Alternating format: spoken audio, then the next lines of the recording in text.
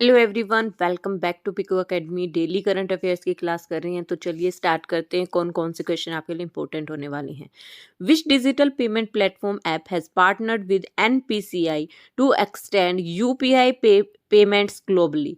किस digital payment platform app ने एक पार्टनरशिप की है एनपीसीआई के साथ? कौन सा डिजिटल पेमेंट प्लेटफॉर्म है टू एक्सटेंड यूपीआई पेमेंट को ग्लोबली एक्सटेंड करने के लिए?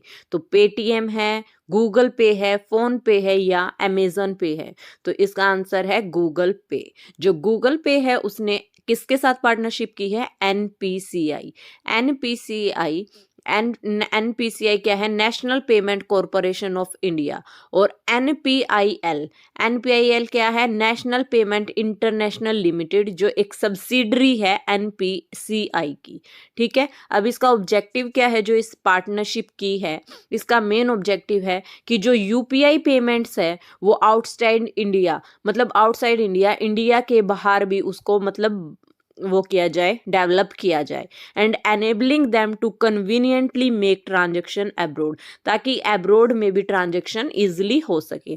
MOU intends to assist in establishing UPI like digital payment system in other country and provide a model for seamless financial transaction without any किसी भी मतलब अगर हम बोल सकते हैं कि किसी भी कोई भी मतलब प्रॉब्लम आती है जो फाइनेंशियल ट्रांजैक्शन में अब्रोड्स में, तो वो कोई भी प्रॉब्लम ना आए, तो इसलिए इसने एनपीसीआई के साथ क्या किया है? एक MOU साइन किया है। ठीक है, it focus on easing the process, ये वही बात है, remittance between countries by utilising the UPI infrastructure. मतलब मेन ऑब्जेक्ट यही है कि अब्रोड में भी इसको अच्छे से यूज किया जा सके यूपीआई पेमेंट्स को गूगल पे के द्वारा। ठीक है, अब हम एनपीसीआई की बात करते हैं। एनपीसीआई है क्या? एनपीसीआई है National Payment Corporation of India.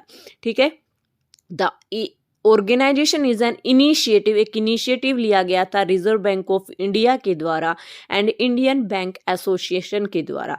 अब इसमें एक्ट आ जाता है कौन से प्रोविजन के अंतर्गत? Payment and settlement act 2007। Payment and settlement act 2007 के अंतर्गत आता है ये। For creating a robust payment and settlement infrastructure in India. National Payment Corporation of India के बारे में बताया है कि आरबीआई के द्वारा ये इनिशिएटिव लिया गया था और इंडियन बैंक, और कौन से प्रोविजन के अंदर? पेमेंट एंड सेटलमेंट एक्ट 2007 में। कब ये फाउंड किया गया था? फॉर्मेशन कब हुई थी? 2008 में फॉर्मेशन हुई थी। MDO एंड CEO कौन है? दिलीप असबे। दिलीप असबे क्या है? MD एंड CEO है। हेडक्वार्टर की बात करें तो हेडक्वार्टर कहाँ पे है? मुंबई महाराष्ट्र में हेडक्वार्टर है। तो चलिए नेक्स्ट क्वेश्चन पे चलते हैं। Which language has the government of India decided to include as one of the 9 languages under the new education policy 2020?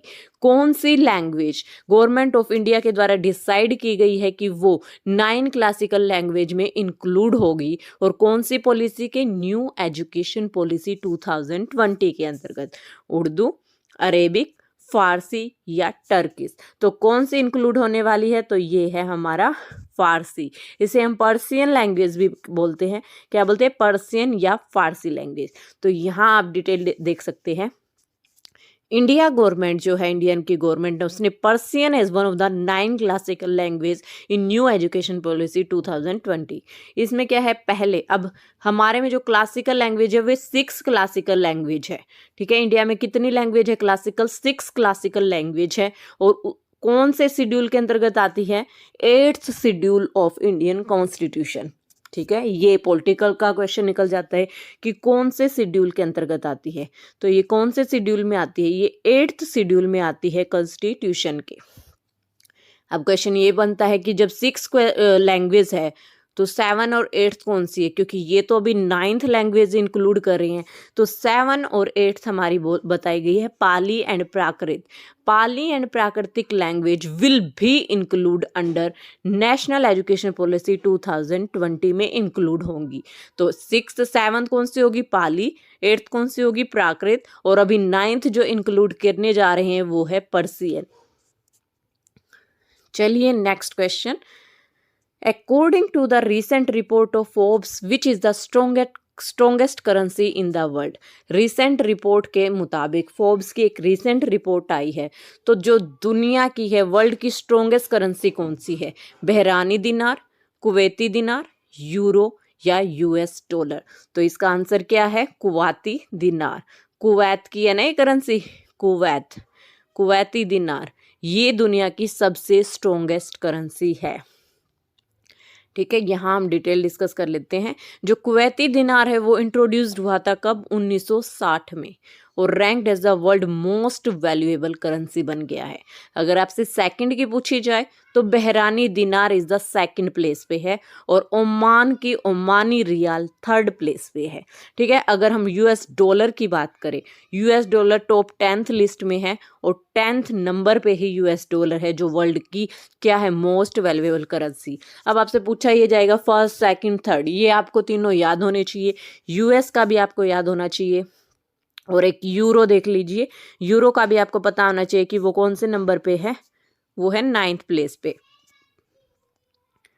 UN currently recognise 180 currency as a legal tender. चलिए next question है, conversation with Aurangzeb एक novel है जो लिखी गई है, किसके द्वारा लिखी गई है? चारू निवेदिता के द्वारा, नंदिनी गुप्ता, सोनल गोयल या हेमा जोशी के द्वारा?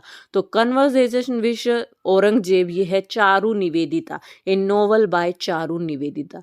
डिटेल में देख लेते हैं। जो ये चारू निवेदिता है ये एक तमिल लिटरेरी आइकन चारू निवेदिता है, ट्रांसलेटेड इनटू इंग्लिश। जैसे इसको ट्रांसलेट इंग्लिश में किसने किया?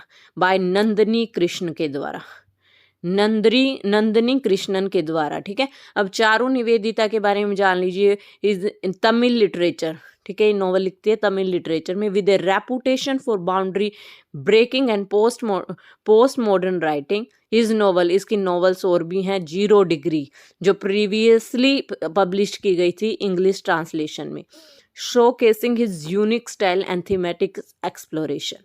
Conversation with Aurangzeb further cements his status as a significant voice in Indian literature. ये इतना जरूरी नहीं है, मेन ये है कि ट्रांसलेट किसने किया था और किसके द्वारा नॉवल लिखी गई है। और लास्ट कौन सी नॉवल थी? 0 डिग्री, जो प्रीवियसली ट्रांसलेट की गई थी इंग्लिश लैंग्वेज में, ये इसमें इंपॉर्टेंट है। अब लास्ट हम बात कर लेते हैं खेलो इंडिया यूथ गेम्स 2023। ठीक है, ये ऑर्गेनाइज हो चुके हैं, कब से कब तक? 19 से 31 जनवरी तक ऑर्गेनाइज किए गए हैं। कहाँ पे किए गए हैं? चेन्नई, तमिलनाडु के चेन्नई में ऑर्गेनाइज किए गए हैं। 13th एडिशन है और बिगिंस। जो पीएम मोदी है, इनोग्रेट पूछा जा सकता है किसके द्वारा इनोग्रेट किए गए हैं? तो प्रधानमंत्री नरेंद्र मोदी के द्वारा ही इनोग्रेट किए गए हैं। इनकी ओपनिंग सेरेमनी हुई है खेलो इंडिया गेम्स की। कहाँ पे? चेन्नई, तमिलनाडु में। कितने एथलीट्स ने पार्टिसिपेट किया है? तो 5500 एथलीट्स ने इसमें पार्टिसिपेट किया है। 26 स्पोर्ट्स इंक्लूड हैं। 19 से 31 जनवरी के बीच होंगे। मैस्कॉट याद कर लीजिए जो इम्पोर्टेंट होता है, वीरा मंगई। शायद मैंने पहले भी आपको एक क्वेश्चन बताया है कि इसका मैस्कॉट क्या है, वीरा मंगई। रानी वेलो नचियार फॉन्डली कॉल्ड वीरा मंगई। ठीक है, ये इसका मैस्कॉट है। और कौन सा है? 13th खेलो इंडिया गेम्स का। और मतलब ये बोला गया है कि ये 2024 की स्टार्टिंग हुई है इन गेमों से, खेलो इंडिया यूथ गेम से, जो 19 से 31 जनवरी के बीच हुई है। और इनॉग्रेशन किसके द्वारा हुआ है? तो प्रधानमंत्री नरेंद्र मोदी के द्वारा। ठीक है, आज की क्लास में इतना ही। अगर आपको वीडियो पसंद आए तो इसे लाइक और सब्सक्राइब करना मत भूलिए। Thank you.